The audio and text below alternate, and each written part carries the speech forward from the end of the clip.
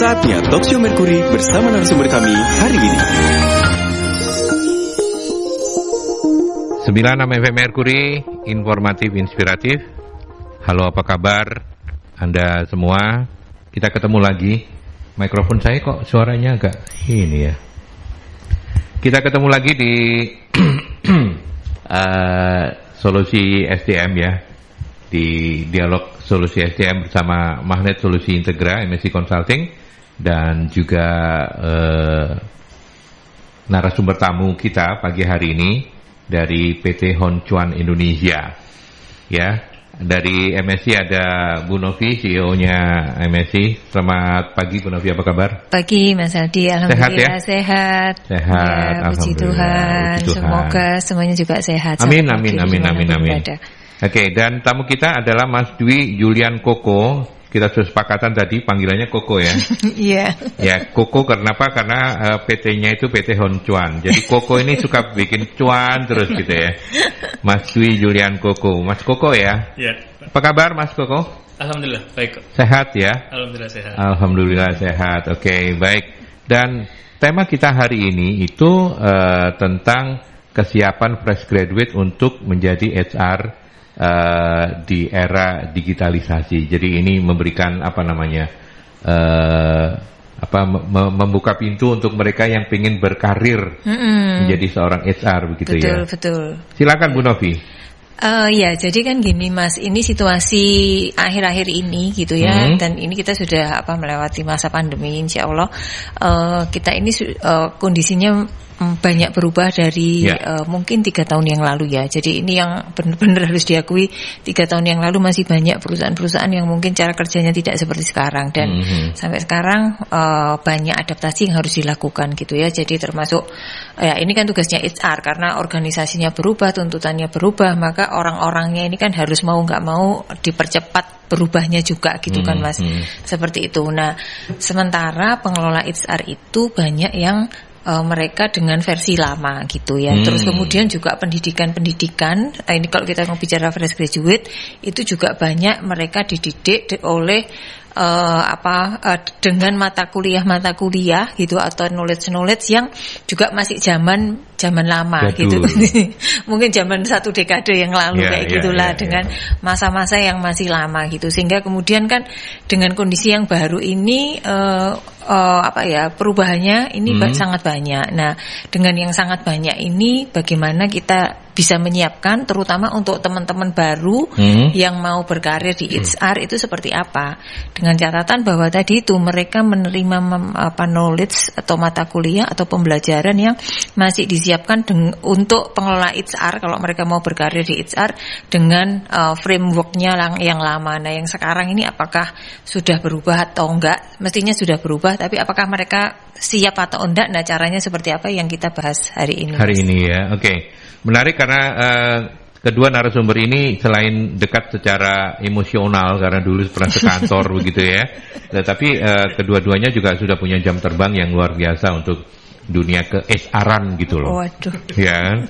Dan sekarang saya ke Mas Koko. Mas Koko, kenalan dulu sama PT Hon Cuan boleh ya? Boleh. Nah, cerita singkat profilnya Hon Cuan ini apa? Selalu cuan terus berarti ya? Amin. Ya kan namanya Hon Cuan. Amin. Cuan. Ya, jadi mungkin bisa lebih mendekat ke mikrofon ditarik aja ke kena gitu. Terkait PT Hon Cuan itu kita PMI yang pasti ya. Kita perusahaan dari Taiwan. Nah, main bisnis kita itu kalau yang awalnya itu di packaging plastik. Jadi packaging plastik mulai dari botolnya, terus kemudian capnya, tutupnya ya, sama label, kemudian seperti itu. Jadi ini kita perusahaan maklun yang dari customer yang memang butuh packaging botol untuk produk mereka. Seperti itu. Spesialisasi mungkin ke F&B gitu atau banyak kan F&B. Minuman. Iya. Produk-produk kita seperti itu awalnya, tapi sekarang kita juga diversifikasi di fillingnya juga atau di minumannya juga. Isinya lah ya. Juga, nggak cuma bikin botolnya tapi isinya gitu ya. Bikin botolnya juga tapi isinya juga. Sama jadi kita itu bisa kayak apa ya, terima jadi. Jadi selain botolnya kita buatkan, minumannya kita buatkan juga. Seperti itu. Oh iya. Resepnya dari mana ya? Kalau resepnya tentunya pasti dari dari customernya yang pasti akan ngasih kita gitu. Contohnya ya kalau boleh saya sebut di sini beberapa merek itu yang istilahnya ada yang kita buat produknya itu seperti Icitan. Terus kemudian kalau dari Santos kopi ABC Santos. Oh gitu ya. Terus kemudian sama kalau untuk label sama botol itu di labelnya itu Sosro. Oh iya. Cuman label ya tapi ya. Label. Nah kita di Indonesia itu sebenarnya nggak hanya di Ngoro, tapi ada di saja di Cikarang. Itu juga sama, ada packagingnya, ada beverage-nya juga, kita bilangnya beverage ya untuk minumannya. Terus ada juga di Cibitung, kemudian di Bogor sama Manado. Dan semua itu manufacturing ya? Di Cibitung, di Manado, di Bogor itu manufacturing semua? Manufacturing. Termasuk yang di Ngoro juga ya? Betul. Jadi bahkan yang kita juga ada yang pabriknya itu istilahnya itu in-house. Jadi ada di dalamnya pabriknya. Pabrik. Jadi Gencuan itu yang di Cibitung itu ada di dalamnya pabrik Sosro. Jadi kita bikin di situ sekaligus langsung supply ke pabrik. Iya. Menarik untuk ternyata ada model bisnis baru gitu ya. Ada model bisnis seperti ini gitu ya. Karena kan kita mikir loh kenapa Sosro nggak bikin sendiri aja gitu kan, packagingnya dan segala macamnya. Ternyata bisa dikerjasamakan gitu, dimaklumkan ke namanya bukan Honcuan semua ya. Honcuan. Oh, Honcuan semua. Kalau di Indonesia pasti Honcuan Indonesia ya. Honcuan Indonesia. Bagian dari THC Holding di Taiwan. Oke, jadi kalau seluruh pabrik itu ada berapa karyawannya? Kalau boleh tahu? Kalau totalnya mungkin sekitar kurang lebihnya saja. Kurang lebih 400-an mungkin ya. 400-an sekitar segituan. 400 ya, 400 orang. Kita karena nggak banyak. Ya ini padat ini ya, padat modal ini ya, pakai teknologi semua. Apalagi untuk yang minuman ya, jadi mulai nggak ada orang udah gitu. Iya. Gak ada dicipi gini nggak ada. Nah itu kalau misalnya bikin pabrik terus dicipi, ngicipi yo, ilate. Ya. Jadi semuanya dilakukan oleh mesin mulai ya. Raw material sampai jadi barang produk itu semuanya pakai mesin. Dan langsung masuk ke tempatnya tutup plek gitu. Ya itulah kenapa kemudian resep mungkin bisa dikasih karena kan bentuknya formula ya. Jadi mau dicontohin juga, mau dikerpeki, mau dicontek juga nggak bisa gitu. Sudah maksudnya tinggal ini sudah resep rahasia dicampur sama apa udah masukin situ gitu. Ya kira-kira kayak begitu ya kira-kira sederhananya ya. Oke, menarik ya tapi ya. Dan kantor pusat di mana? Kalau kantor pusatnya atau berdiri sendiri-sendiri? Oh enggak, memang ada pabrik sendiri-sendiri ya kayak di Surabaya, di Ngoro, kemudian di Manado, di Cibitung, di Bogor sama Cikarang. Itu memang pabriknya sendiri-sendiri. Pusatnya kita di Cikarang. Pusatnya di Cikarang. Oke. Gitu. Tapi masing-masing punya manajemen sendiri-sendiri ya? Atau tetap terikat ke katakanlah misalnya gini, Mas Koko ini HR supervisor di Honcuan Indonesia yang ada di Ngoro. Betul. Cuman ngurusin Ngoro dong? Ya. Nggak ngurusin yang lain-lain gitu. Oke. Iya, seperti itu. Pusatnya semuanya tentunya di Cikarang untuk Indonesia. Gitu. Oke. Baik, sebagai prolog karena sama-sama basicnya sama gitu ya. Dulu pernah sekantor juga, terus kemudian Mas Koko ini juga sudah magister gitu kan. Artinya kan sudah cukup mumpuni untuk ditanya. Bagaimana pendapat Anda tentang profesi HR sekarang? Memang sudah harus banyak berubah. Jadi mereka yang mau masuk juga harus menyesuaikan seperti kata Bu Novi atau gimana Mas Koko? Iya, kalau untuk HR saat ini sangat istilahnya apa ya? Pada saat dulu saya pertama kali masuk di dunia HR gitu ya, sama HR yang sekarang itu pastinya jauh berbeda banget. Jauh berbeda ya. Karena jenis bisnisnya pun berbeda-beda. Apalagi sekarang banyak perusahaan-perusahaan digital seperti itu. Terus banyak perusahaan-perusahaan yang semuanya pengennya serba cepat, serba otomatis gitu ya. Jadi nggak hanya produksi barangnya saja, tapi sistemnya juga pengen yang semuanya juga serba cepat, semua seperti itu. Nah, hal-hal yang kayak gini ini yang membuat kita sebagai HR itu harus bisa ngikutin, mengadaptasi ya. Mungkin salah satu contohnya kalau boleh cerita ya. Cerita itu saya pernah tanya ke mahasiswa, fresh graduate waktu itu ya pasti pada saat job fair gitu. Saya coba tanya lulusannya apa? Psikologi. Cocok ini. Psikologi. Yo. Hidup psikologi. Sosiologi juga bisa. Makso. Kan enggak cocok politik, enggak cocok. Ya. Psikologi. Oke. Terus saya tanya, mau lamar untuk posisi di apa? Di HR staff. HR staff waktu itu saya tanya, waktu kuliah aktivitasnya apa aja selain kuliah? Saya tanya itu. Dia kuliah terus ikut praktikum gitu. Sebenarnya praktikumnya apa? Terus waktu saya tanya, lulus psikologi kamu bisa apa? Saya bisa alat tes psikologi. Oh ya, andalan itu ya. Andalannya anak psikologi. Saya bisa alat tes psikologi. Gitu. Berarti saya tanya kan karena saya sebenarnya juga sudah tahu ya, tapi saya tanya juga. Berarti kamu juga sudah bisa ngetes ya? Bisa, berhak ngetes nggak? Belum, maksudnya gitu ya, karena masih S1 kan. Nah, untuk hasil tesnya. Terus kemudian kalau kamu ngetes, selain ngetes apa lagi? Ya itu saya bisa tes psikologi, banyak alat tes yang saya bisa. Akhirnya gitu. Terus kalau selain ngetes, kalau misalnya selesai tes, terus kamu bisa selain itu apa lagi? Diem akhirnya. Nah ya gitu tuh psikologi kayak gitu. Coba nanya sosiologi. Oh iya. Tambah ngomongnya ngawur. Dari situ tuh saya tahu kualitasnya. Fresh graduate itu baru selevel itu gitu ya. Saya ambil sampel salah satu contohnya. Kalau lulusan boleh psikologi ya. Memang kita butuh psikologi untuk proses rekrutmen. Tapi apakah HR itu hanya rekrutmen aja kan? Enggak. Terus kemudian saya tanya, bisa Excel nggak? Simple kan ya. Bisa Excel nggak? Bisa kalau cuma input aja katanya. Terus kemudian saya tanya lagi, pernah ikut event nggak atau apa jadi panitia event nggak? Gitu. Dia bilang nggak pernah. Seperti itu. Nah ini salah satu contohnya. Waktu itu terus kemudian ada lagi. Saya pikir oke. Ada lagi mahasiswa jurusan pertanian.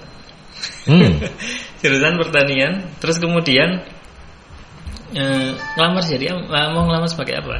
HR loh. HR. Kamu kan pertanian, kenapa ngelamar jadi HR? Ya istilahnya saya pengen seperti bapak saya. Gitu. Bapaknya apa? Bapak saya SDM. Gitu. Kerja di bagian sumber daya manusia. HR juga gitu.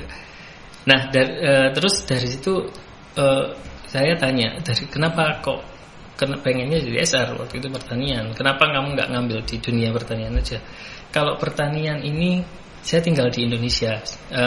Semua orang suatu saat saya pasti akan bisa menggunakan ini.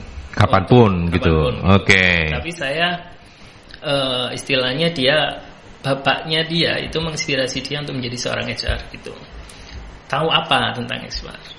Akhirnya dia banyak cerita bagaimana placement, terus kemudian rekrutmen, bagaimana developmentnya, terus bagaimana handle pernah ada industrial relation atau apa namanya perselisihan antar karyawan, dia cerita tentang bapaknya, tapi dia tahu situasinya.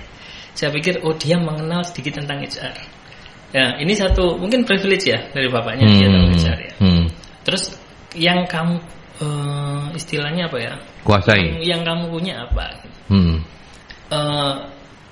Saya secara administratif sudah mumpuni. Dia bilang gitu. Wah, pede banget nih.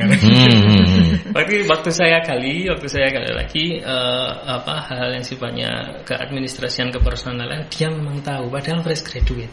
Nah, hal-hal seperti ini itu yang membedakan. Padahal ini lulusan pertanian. Sedangkan yang tadi itu lulusan psikologi yang notabene cukup banyak dicari oleh perusahaan sebagai seorang HR gitu ya. Nah, kadang kita melihat hal seperti ini tuh kita jadi tahu gimana sih menjadi seorang fresh graduate yang siap untuk bekerja di dunia ke-HRD-an. Ya, seperti itu. Dan saat ini ya, untuk perusahaan-perusahaan saat ini, teman saya juga, saya ada beberapa komunitas HR gitu, itu yang bekerja, apalagi yang bekerja di dunia di bidang industri digital gitu. Bahkan pertanyaannya sudah enggak terkait kamu lulusan misalnya bisa alat tes, bisa handle training bisa itu, tapi ada pertanyaan tentang bisa desain enggak, seperti itu.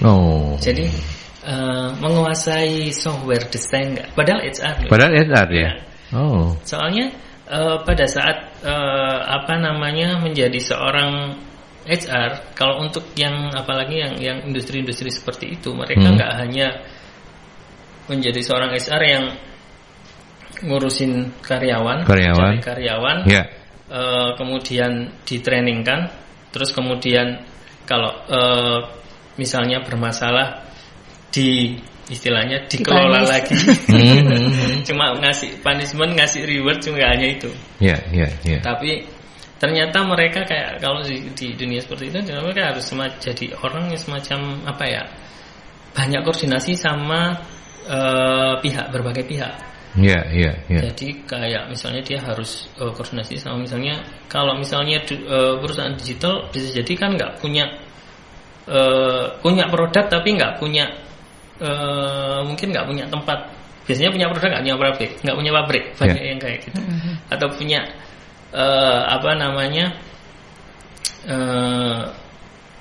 punya sesuatu yang sifatnya bisa dijual, tapi dia bukan perusahaan-perusahaan yang banyak aset tetapnya. Jadi sangat-sangat membuat HR ini banyak koordinasi dengan banyak pihak. Jadi kayak misalnya dia harus ngurusin event, dia harus ngurusin hari ini ada kunjungan atau hari ini ada pertemuan dengan customer. Contohnya kayak perusahaan-perusahaan seperti yang ya Maklun itu. Tentunya ada customer yang visit ke perusahaan seperti itu.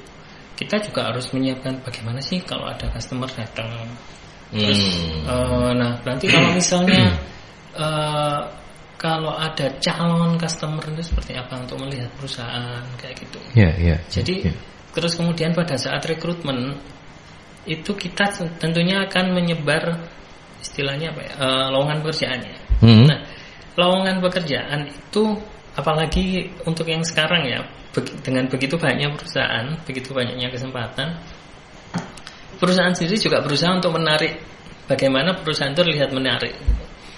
Nah, gimana strateginya nyebar lowongan, terus gimana strateginya bikin poster iklan lowongan pekerjaan seperti itu juga diperhitungkan. Nah, makanya kemudian tadi ditanyain bisa desain nggak gitu ya? Seperti itu.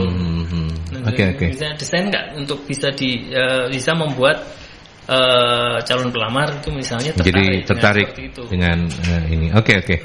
Baik, sangat lengkap begitu ya yang disampaikan, dan ini menjadi prolog yang luar biasa. Nanti kita akan follow up setelah ini buat teman-teman yang fresh graduate, apa yang mesti disiapin begitu ya. Karena prolognya sudah wacananya sudah dibuka oleh Mas Koko dengan sangat luar biasa. Nanti kita lanjutkan karena kita harus break dulu ke iklan. Setelah itu nanti kita lanjutkan kembali. streaming sambil menikmati beragam informasi. Cek di www.mercuryfm.id. Oke, kita lanjutkan kembali dan kita masih bersama para narasumber. Ada Mas Koko dari PT Hon Cuan Indonesia. Saya itu kalau dengar kata cuan itu kayak seneng gitu loh ya. Seneng, tangannya gini. Iya, cuan terus wis. Dan ada Bu Novi juga CEO-nya MSI, dan tadi hari ini kita membekali, dalam tanda petik membekali teman-teman yang fresh graduate dan ingin berkarir di ke PR-an gitu, ke SR-an gitu ya, bukan ke PR, ke SR-an. Dan apa yang harus disiapkan? Karena tadi menarik Mas Koko sudah mengungkap banyak hal sesuai dengan aktivitas beliau gitu ya, bertemu dengan banyak anak-anak yang melamar jadi HR. Nah, di era digitalisasi sekarang ini kan yang paling juga harus berbeda itu kan nanti HR tidak akan banyak lagi ketemu dengan orang gitu ya. Tapi dia ketemu dengan bukan ketemu dengan yang diurus tetap orang. Yang diurus tetap orang. Tapi jumlah orangnya nggak banyak. Cuman kompetensi orang-orang yang harus diurusin ini jadi, kalau SR-nya nggak bisa digital kan susah juga gitu ya. Iya. Apa yang harus diperhatikan?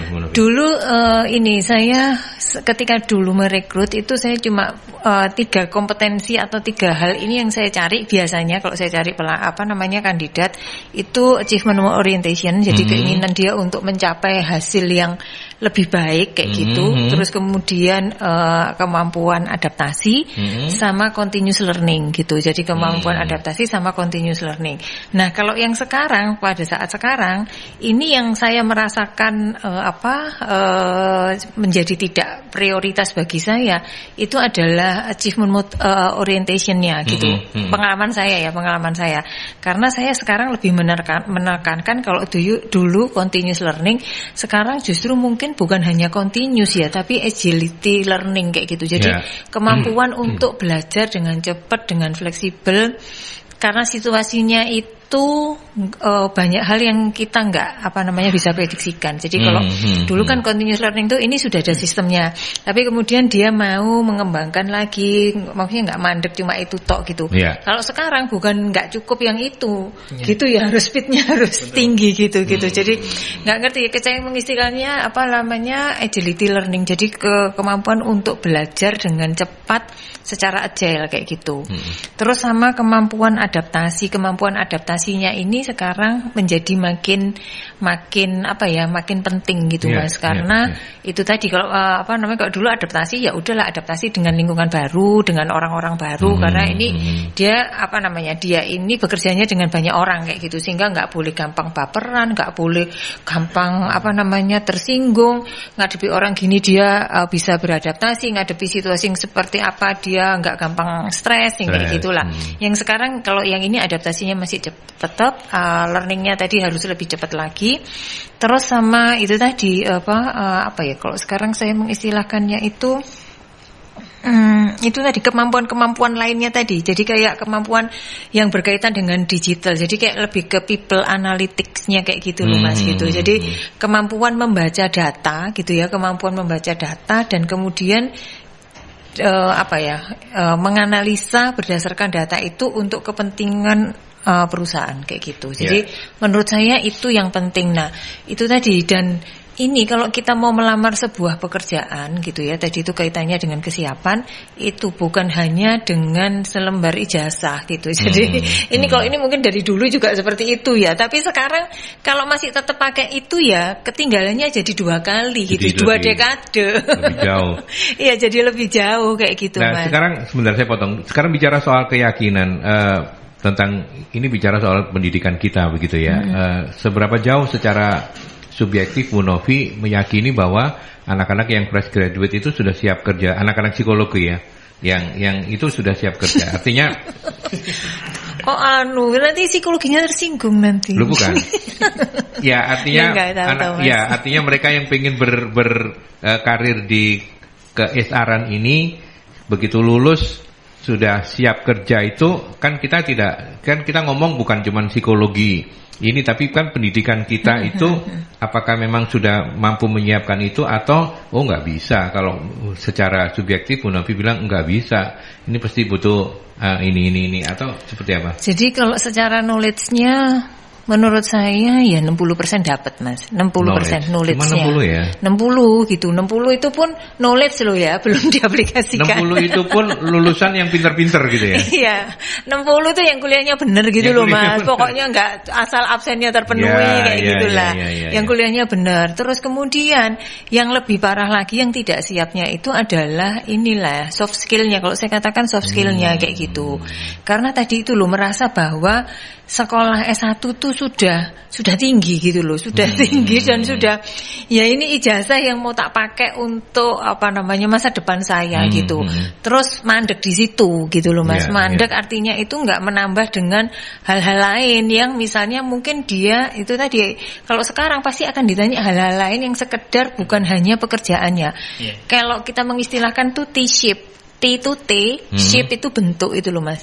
Jadi kalau kita mau berkarir itu adalah T yang bawah, yang dari atas ke bawah, yang songgonya yang berdiri itu adalah core kompetensinya kita. Jadi kalau kita mau bekerja sebagai HR, ya itu yang harus punya gitu ya. Jadi core-nya itu yang nancep ke bawah, yang malang kayak gini, yang melintang T yang di atas, yang kayak di kepalanya, yang disangga sama cagaknya tadi itu adalah kemampuan-kemampuan lain yang harus dimiliki. Itu ya public speaking, kemampuan tadi itu membuat desain, membuat web misalnya seperti itu, atau mungkin kemampuan-kemampuan yang lain yang dibutuhkan, misalnya dia juga ngerti masalah yang berkaitan dengan ketenagakerjaan. Karena kalau misalnya ini anaknya psikologi, dia kadang itu alergi dengan tidak mau belajar hal-hal yang di luar bidangnya dia. Padahal kalau mau bekerja di HR itu mau nggak mau itu harus makannya jadi satu gitu, maksudnya nggak bisa dipilih, nggak bisa milih aku cuma mau makan ini tok, maksudnya mau ngelola ini tok atau megang nangani ini tok, yang ini nggak mau gitu. Nah itu nggak bisa seperti itu gitu loh Mas. Jadi kalaupun yang hukum itu juga harus gitu, belajar tentang manusia kayak gitu, karena kalau kita sudah masuk di HR itu bukan hanya ngomong peraturannya seperti ini, kalau kontrak begini gitu ya, kalau peraturan perusahaan disusun seperti ini maka hukumnya begini-begini, bukan hanya seperti itu gitu. Iya. Jadi kalau misalnya saya menelpon ke 0811 340 5557 yang 40% kekurangannya bisa diisi ya? Oh ya pasti, sangat bisa, karena ada sertifikasi BNSP-nya juga. Gitu. Nanti boleh jualan soal itu ya. Makanya itu kan pertanyaan saya tujuannya untuk itu. Oke, terima kasih. Iya, saya ke Mas Koko. Mas Koko. Jadi kalau misalnya anak-anak fresh graduate ini kan bicara soal profesionalnya yang ada di lapangannya. Jadi kalau anak-anak fresh graduate itu melamar menjadi HR, berarti ada kemungkinan nggak bisa diterima?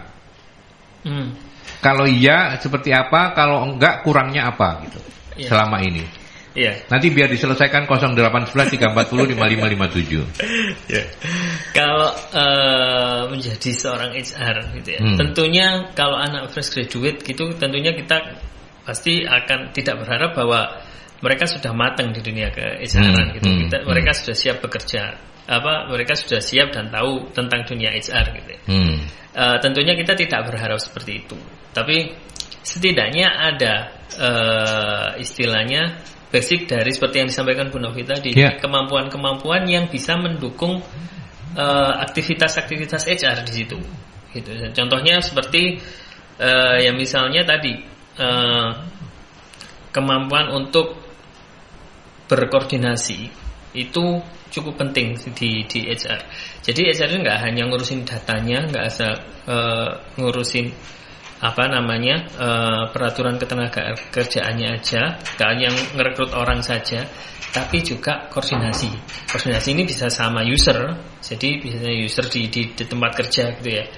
Itu contoh simpelnya aja seperti ini.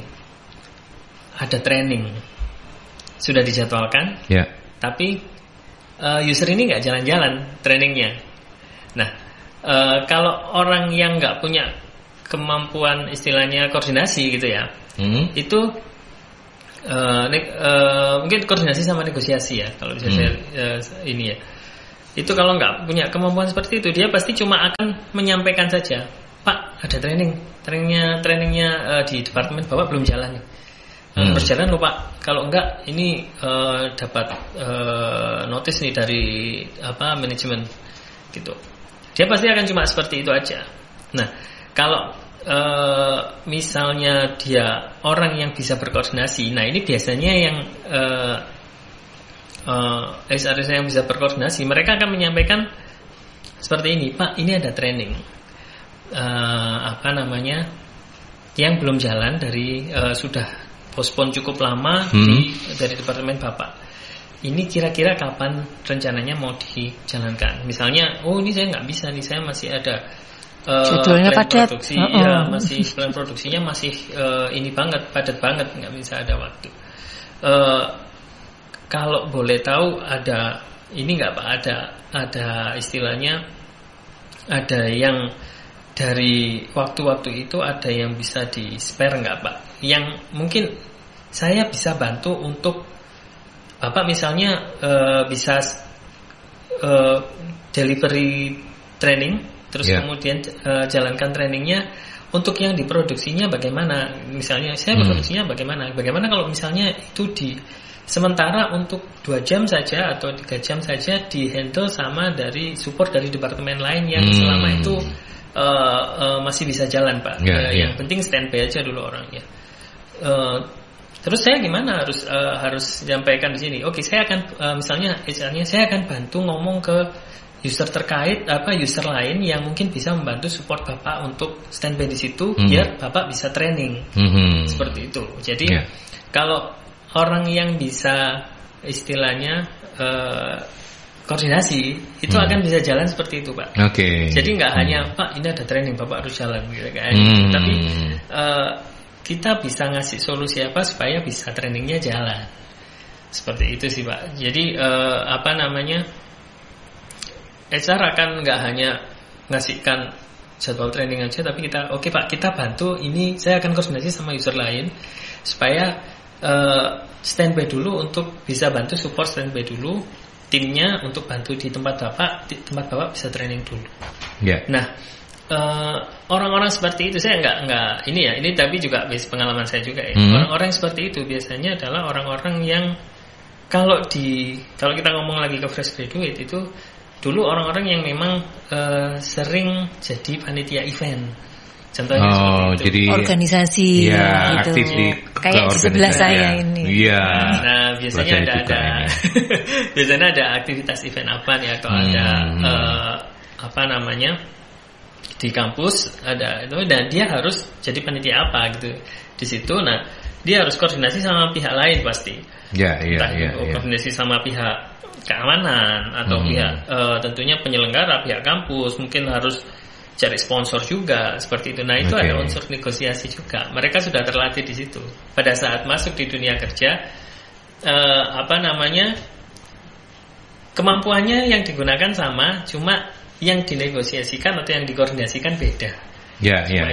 Artinya dengan kata lain bahwa kita tidak bisa cuma bicara soal keilmuan ya.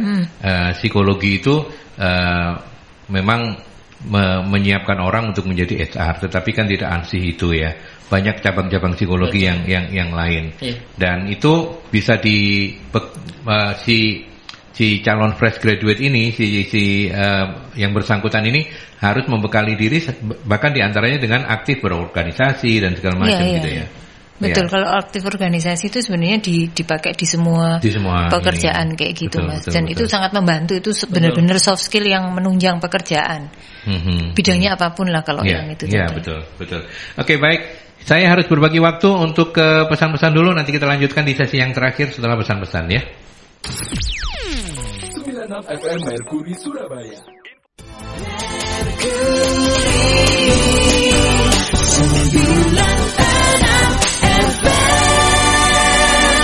Baik, kita lanjutkan kembali. Ada Pak Anton dan Bu Asih yang mampir di perbincangan pagi hari ini. Terima kasih Pak Anton. Pertanyaannya, fresh graduate zaman now sangat berat persaingannya di dunia kerja. Kompetensi apa saja yang harus atau wajib dimiliki agar bisa bersaing? Saya ke Bu Novi dulu deh. Oke, kompetensi apa yang mau bisa bersaing? Saya sampaikan kembali bahwa basic knowledge yang kita miliki itu bisa dipakai itu tadi 50-60% selama ketika kuliahnya benar gitu ya. Jadi bukan hanya untuk syukur gugur kewajiban kayak gitu. Itu seperti itu.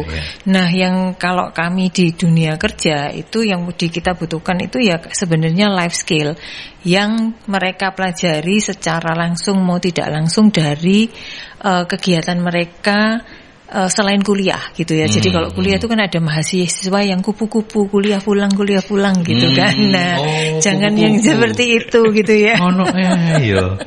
Iya gitu. Kalau Mas Hadi kan bukan mahasiswa kupu-kupu saat itu karena sudah siaran saat itu kan. Iya, malah lebih dari kupu-kupu, enggak pernah siaran, enggak pernah kuliah. Lah ya itu siaran absen dedet ya itu makanya lah kalau sekarang kan absennya pakai ini sidik jari nggak bisa ya gitu. Nah seperti itu tadi. Nah yang lainnya apa itu tadi, yang lainnya tadi itu T-shape-nya itu tadi itu kalau saya bilang T-shape itu. Nah yang lainnya itu harus dipelajari. Misalnya nih yaitu tadi kemampuan kita pengalaman kita dalam berorganisasi itu melatih kemampuan kita koordinasi, kolaborasi, negosiasi lah sama orang kayak gitulah. Bagaimana kita ini menyelesaikan masalah yang kayak gitu. Jadi kalau saya menerima karyawan dan mungkin juga di banyak perusahaan yang lain itu lebih senang gitu ya kita bisa menerima mereka yang secara soft skill itu kuat dibandingkan hanya mereka pintar dari hasil tes tulisnya. Tes tulisnya itu mungkin ya dipakai, tapi ketika kemudian muncul kasus itu kan nggak bisa, nalarnya itu harus jalan, tidak bisa sesuai dengan textbook gitu. Betul, nah kemampuan dia meletakkan dengan situasinya, menghubungkan dengan ilmu yang dia miliki itu tetap penting gitu ya, dengan pemahaman yang dia miliki tetap penting. Tetapi tadi itu ketika menyelesaikan masalah harus sesuai dengan konteksnya dan juga dengan situasinya. Jadi tadi itu pengalaman yang lainnya itu tadi Bapak monggo putra putrinya itu juga bisa dipersiapkan dengan misalnya nggak apa-apa misalnya mereka jadi YouTuber kelas kecil-kecilan di misalnya kampusnya kayak gitu ya. Ada acara jadi MC misalnya kayak gitulah. Jadi itu kalau kita bicara tentang fresh graduate ya. Terus sekarang banyak juga kursus-kursus yang berkaitan dengan misalnya digital marketing lah. Terus apalagi ya kalau zaman dulu ini misalnya MS Word, Excel, PowerPoint, kalau sekarang pakai Canva. Nah, bikin yang kayak gitu itu sekarang itu juga diminta karena kalau misalnya mau ada meeting gitu ya, terus kemudian kita mau menyajikan ide kita atau kita diminta membuat presentasi ya, merangkum sebuah materi atau dikasih tugas apapun kemudian kita mau mempresentasikan.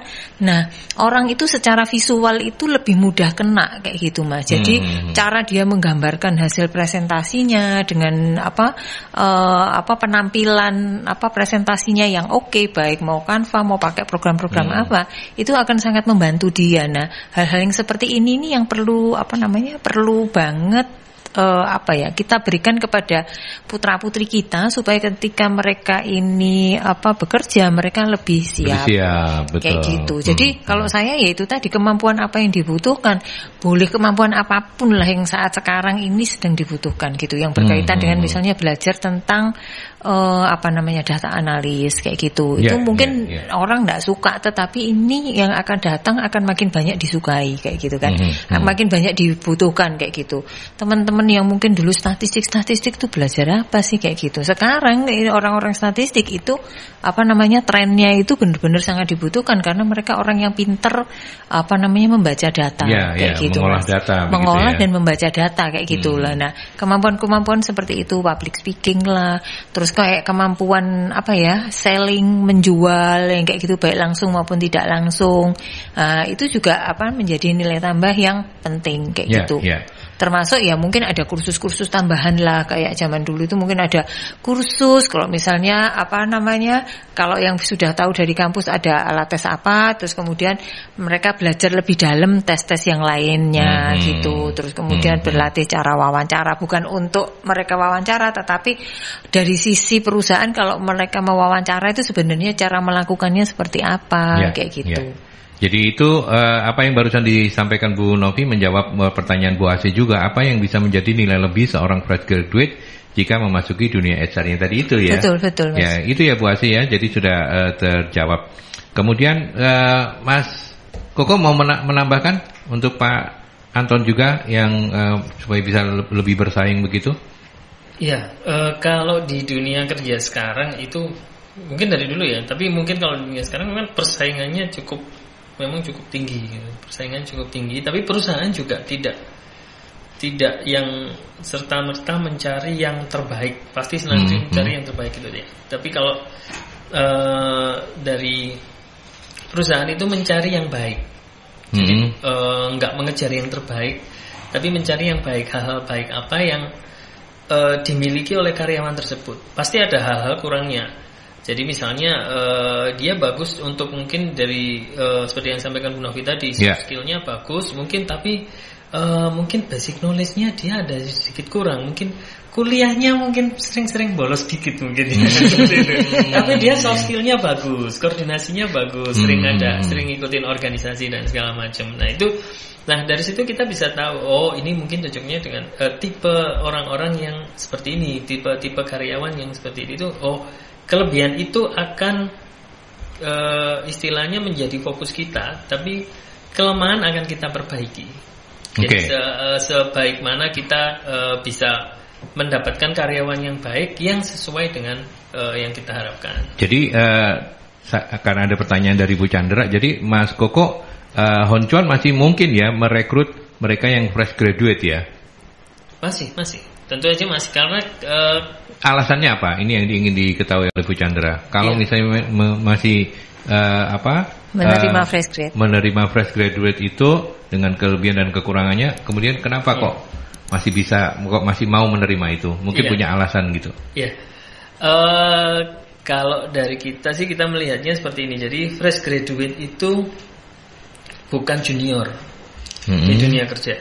Tapi kita melihatnya orang yang atau anak-anak yang punya ide-ide baru atau fresh, namanya juga fresh ya. Jadi dia itu masih fresh, tidak terkontaminasi sama kalau sudah punya pengalaman kerja yang cukup panjang, mungkin sudah terkontaminasi dengan pengalaman kerja yang dulu. Yang dulu gitu ya. Masalah di tempat kerja yang dulu, hal-hal yang istilahnya hal negatif yang dulu di tempat kerjanya yang mungkin akan kebawa di tempat kerja. Tapi anak-anak yang fresh graduate ini yang fresh, memang yang masih kayak kertas putih gitu ya, gampang dibentuknya, mau digambarin apa aja bisa gitu ya kira-kira ya. Yang punya tentunya dia juga punya ide-ide baru yang up-to-date dengan kondisi sekarang seperti itu. Nah, kalau ada anak-anak yang seperti itu yang punya kelebihan, ya kita akan kembangkan di situ. Seperti itu sih. Gitu ya. Oke, baik. Pertanyaan yang terakhir dari Pak Yoyo. Apakah ada tantangan yang berbeda bagi seorang HR ketika proses rekrutmen di masa sebelum dan setelah pandemi? Apakah fresh graduate lulusan pandemi kualitasnya lebih menurun sebab metode kuliahnya lebih banyak online? Apakah online ini memang kemudian bisa membuat kualitas lulusan itu menjadi lebih turun? Secara subjektif ini jawabannya ya, karena kita nggak punya data ya. Nggak punya data. Mungkin Bu Novi bisa menjawab secara subjektif. Kalau secara bahasanya itu secara mentally gitu ya, mentally itu bisa jadi sedikit mereka lebih rapuh lah, lebih rentan gitu ya Mas, karena ya itu tadi mereka karena selalu bersembunyi ya mereka ya, mungkin kamera dimatiin. 2 tahun kuliah dengan cara seperti itu kan. Kalau kita ini kan sebenarnya gini, ketika kita melakukan sesuatu porsi atau gestur kita ini kan sangat berpengaruh gitu, menjadi energi buat kita gitu ya. Jadi kalau kita bicara, misalnya saya bicara dengan hal yang sama, saya tiduran dengan saya duduk seperti ini itu kan beda gitu, betul, kan. Betul. Cara saya menyampaikan, terus energi saya, terus juga buat yang mendengarkan itu kan beda banget. Nah, bayangkan 2 tahun kuliah dengan cara tiduran, itu wis pastilah itu tiduran itu. Kepalanya ya duduk gini, duduk gitu. Kadang-kadang nggak pakai mandi. Bukan kadang-kadang, kebanyakan pasti nggak pakai mandi. Atmosfernya sudah nggak di tempat kuliah. Iya, di rumah sendiri. Bahkan ada yang nggak kenal temennya kayak gitu kan. Ketika yang masuk itu sudah pandemi kan, nggak tahu kampusnya di mana gitu, coba kan. Terus bangganya di mana, sekolah di situ gitu kan. Gitu. Jadi kalau secara subjektif saya menjawab ada perbedaan seperti itu. Jadi itu yang kemudian menjadi tantangan mungkin buat kita bersama, itu tadi membuat mereka jadi bisa tune in di tempat kerja sudah dengan tuntutan yang luar biasa kayak gitu, Mas. Ya, kalau proses rekrutmen pandemi dan tidak pandemi beda nggak? Beda ya. Yang membedakan adalah kalau rekrutmen dulu offline pasti ya. Kalau rekrutmen sekarang online.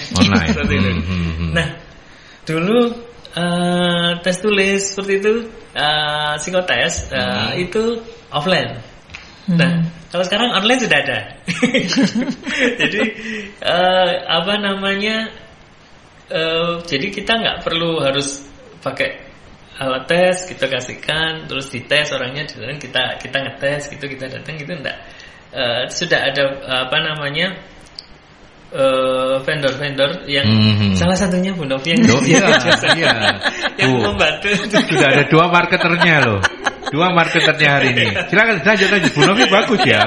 Salah satunya di Bu Novi sendiri, di MSI sendiri yang memang menyediakan untuk alat tes proses tes online. Jadi tinggal ngasih username, di-emailkan, mau dikerjakan tengah malam kayak subuh-subuh atau mau kapanpun. Tapi kira-kira proses rekrutmen yang kayak begini ini bisa kemungkinan salahnya lebih besar nggak? Atau enggak juga karena alat tesnya sudah sangat ketat begitu. Artinya salah. Oh ternyata beda ketika kita face to face begini dengan yang online. Nembak orangnya beda. Oh ini kayaknya kompetensinya bagus, ini bagus. Ternyata setelah ketemu orangnya, ternyata salah. Mungkin nggak kesalahan ketika online rekrutmen dilakukan secara online? Bisa sih Mas, bisa seperti itu gitu, bisa seperti itu. Tetapi itu tadi pemilihan tools atau tools yang kemudian mereka sudah dengan riset bagus untuk menjadi alat tes yang kemudian cukup valid kayak gitu. Jadi pemilihan itunya sih gitu. Pemilihan itunya yang penting karena mau tes yang offline pun sebenarnya juga biasanya juga masih ada kan seperti itu. Nah, kalau seperti ini, kalau kalau tes yang seperti ini untuk mengurangi bias tadi itu, bukan mengurangi bias ya, untuk memastikan bahwa memang dia mengerjakan sendiri supaya kemudian hasilnya adalah hasilnya dia sendiri. Itu ada kayak kamera proctoringnya, pakai kamera pengintainya, sehingga di tes yang 1,5 jam atau 2 jam itu ada sekitar 25 foto yang diambil secara acak yang orang itu tidak tahu gitu, sehingga apakah ketika ngerjakan ada orang di sebelahnya atau orangnya berganti gitu kan, nah itu bisa ketahuan kayak gitu Mas. Itu baru yang sederhana. Tetapi kalau tentang validitasnya ya tetap aja bahwa ada hal-hal yang nggak bisa 100% gitu. Tetapi milih vendornya itu yang menurut saya penting, karena sekarang banyak sekali tes psikologi yang katanya online, ya asal online aja gitu loh maksudnya Mas. Jadi tidak, karena kalau tes psikologi itu kan gini, membuat orang dinilai bagus, cukup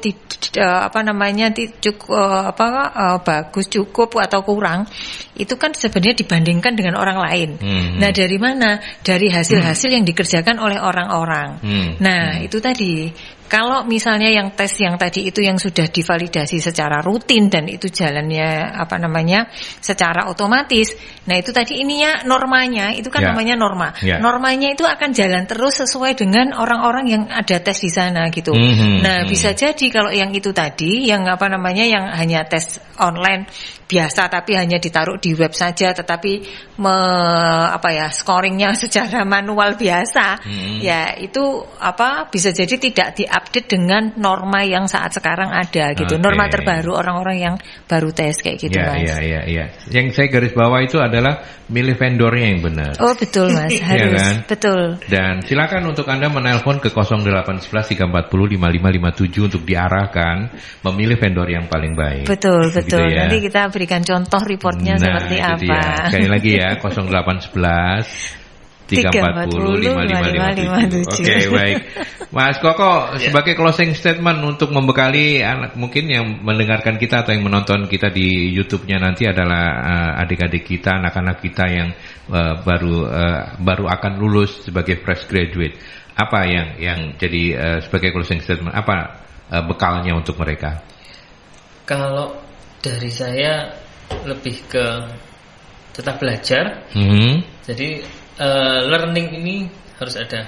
Jangan hanya istilahnya mengandalkan training, tapi learningnya juga. Jadi learning itu bisa dari mana saja, bisa dari siapa saja. Bahkan mungkin orang yang kita nggak suka pun bisa kasih insight juga buat kita bahwa ada hal baru yang bisa kita dapat. Jadi tetap learning, tetap curiosity ini tetap dijaga. Rasa ingin tahu yang besar itu tetap dijaga biar kita nggak kehilangan semangat untuk bisa berkembang seperti itu. Oke, terima kasih banyak ya, Mas Dwi.